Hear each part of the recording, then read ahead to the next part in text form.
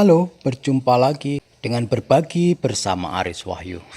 Kali ini kita akan membahas mengenai pembentukan demokrasi terpimpin yang diambil dari buku Soekarno, sebuah biografi politik karangan John D. Lex.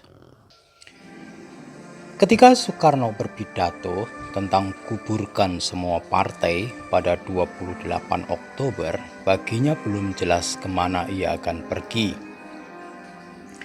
Dia hanya menguji iklim politik di luar dugaan bahwa sistem kepartaian telah menggagalkan cita-cita bangsa dan bahwa keinginannya untuk membawa perubahan adalah suatu reaksi dari keinginan yang sungguh dari rakyat Indonesia. Ia sebenarnya belum menentukan tujuan yang tepat atau mempunyai rencana yang jelas untuk mencapainya. Cara ia berangsur-angsur menunjukkan kekayaan akal dan kemahirannya dalam siasat politik dengan menunjuk mereka yang ragu-ragu mengambil inisiatif dari lawan-lawannya, menyesuaikan diri dengan keadaan jika terbentur dan menunggu kesempatan selanjutnya. Reaksi langsung terhadap pidato itu berbagai ragam. Juru bicara partai-partai tentu menolak gagasan karena mereka dijadikan korban, tetapi juga bingung dan ragu-ragu bagaimana merumuskan ketidaksetujuannya. Masyumi seperti sudah diduga lebih tegas dari yang lain menolak pengertian-pengertian yang terkandung dalam saran Soekarno itu. Ketuanya Natsir memberi komentar bahwa memang banyak faktor yang tidak memuaskan dalam kehidupan politik di Indonesia, tetapi ia bertanya apakah ini semua ditimpakan kepada sistem kepartaian? Ia menegaskan jika partai-partai dikubur, demokrasi akan hilang. Yang lain menilai pidato itu sebagai tawaran Soekarno untuk mendapatkan kekuasaan mutlak untuk dirinya sendiri.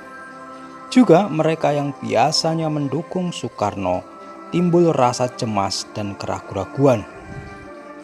Pemimpin-pemimpin PNI menjadi sangat ragu. Aidit, sekretaris jenderal PKI, setuju dengan pengurangan jumlah partai, tetapi tentu tidak menghapuskannya.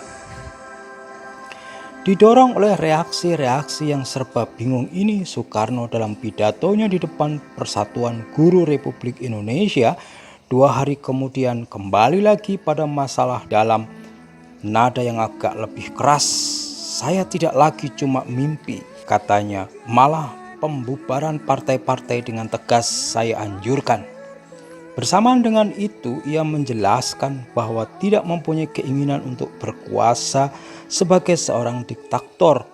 Saya bukan presiden direktur dari Republik Indonesia dan saya tidak ingin jadi diktator, karena ini berlawanan dengan kesadaranku. Saya adalah seorang demokrat, tidak ingin demokrasi liberal. Sebaliknya yang saya inginkan ialah demokrasi terpimpin. Di sini ia sekali lagi mengemukakan pikirannya yang selalu disinggungnya sejak tahun 1950. Ia melanjutkan lagi dalam pidatonya di depan pembukaan konstituante yang baru terpilih pada 10 November. Masalah kita bangsa Indonesia hanya bisa dipecahkan dengan perumusan nilai-nilai murni bangsa sendiri. Saya memohon dengan sangat supaya konstitusi yang saudara-saudara akan susun itu bukan berupaya suatu kopi atau jiplakan dari konstitusi yang ada di negeri-negeri lain. Ingatlah, konstitusi yang akan disusun itu dimaksudkan untuk rakyat Indonesia, dan oleh karena itu jiwa, sifat, dan kepribadian bangsa Indonesia harus tercermin dalam konstitusi itu. Dalam semuanya ini Soekarno meneliti reaksi-reaksi, tidak melihat jauh ke depan, menciptakan ketegangan dan kemudian menduga keputusannya. Sebuah sentilan pada 28 Oktober menjadi anjuran pada 30 Oktober dan menjadi seruan pokok pada majelis yang diselenggarakan konstitusi pada 10 November. Tetapi sejauh itu ia berbicara dalam istilah-istilahnya yang umum, Apa yang dimaksudkan dengan demokrasi terpimpin? Jenis perubahan kelembagaan apa yang dibayangkan? Jika partai-partai tidak bersedia mengubur diri sendiri, apakah ini dimaksudkan dengan paksa? Kalau ia melakukannya dengan kekuasaan apa? Menurut sebuah pendapat, Soekarno hanya bisa mencapai tujuan jika meletakkan jabatannya dan langsung masuk ke gelanggang politik untuk memimpin perjuangan melawan partai-partai. Diperkirakan dengan membentuk partai politiknya sendiri yang menjadi pangkal kekuatan politiknya. Semua ini tidak dijelaskan sebab Soekarno tidak menyusun kampanye yang berencana. Keterbukaan usul-usulnya memberikan kepadanya inisiatif tertentu dan membiarkan lawan-lawannya di dalam ketidakpastian tentang maksud-maksudnya. Lawan-lawan ini ada dan mereka banyak. Suara-suara dari kalangan militer di Jakarta dan dari daerah telah mengutuk kaum politik sipil yang hanya mementingkan diri sendiri dan gagal mengatasi masalah-masalah yang mendesak. Dan pemuka-pemuka masyarakat juga melancarkan kritik serupa. Tetapi bagi sebagian besar mereka tampaknya kemungkinan menyembuhkan penyakit Indonesia terletak pada pembentukan suatu kabinet presidentil di bawah pimpinan Hatta. Karena rupanya mereka curiga terhadap inisiatif presiden. Suatu pemerintahan di bawah Hatta tentu tidak begitu saja disetujui Soekarno kecuali jika keadaan memaksa. Tetapi pada waktu itu mengingat dukungan yang luas dari kalangan masyarakat bagi penyelesaian seperti itu, ia harus melangkah sambil hati-hati dengan seksama sedikit demi sedikit menunggu sampai kekuatannya muncul. Menjelang awal tahun 1957, kejadian-kejadian tertentu terungkap dengan sendirinya.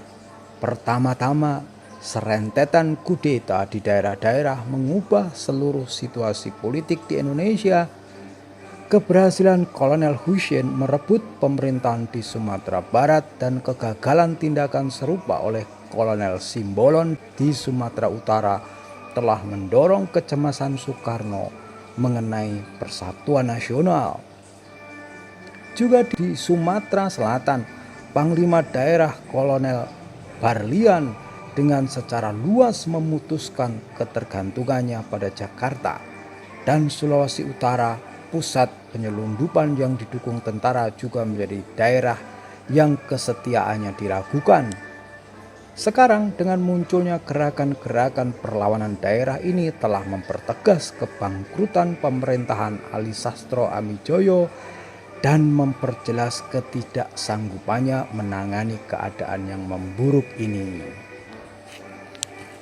Demikian sekilas peristiwa-peristiwa sebelum pembentukan demokrasi terpimpin. Semoga kita semua bisa mengambil hikmahnya.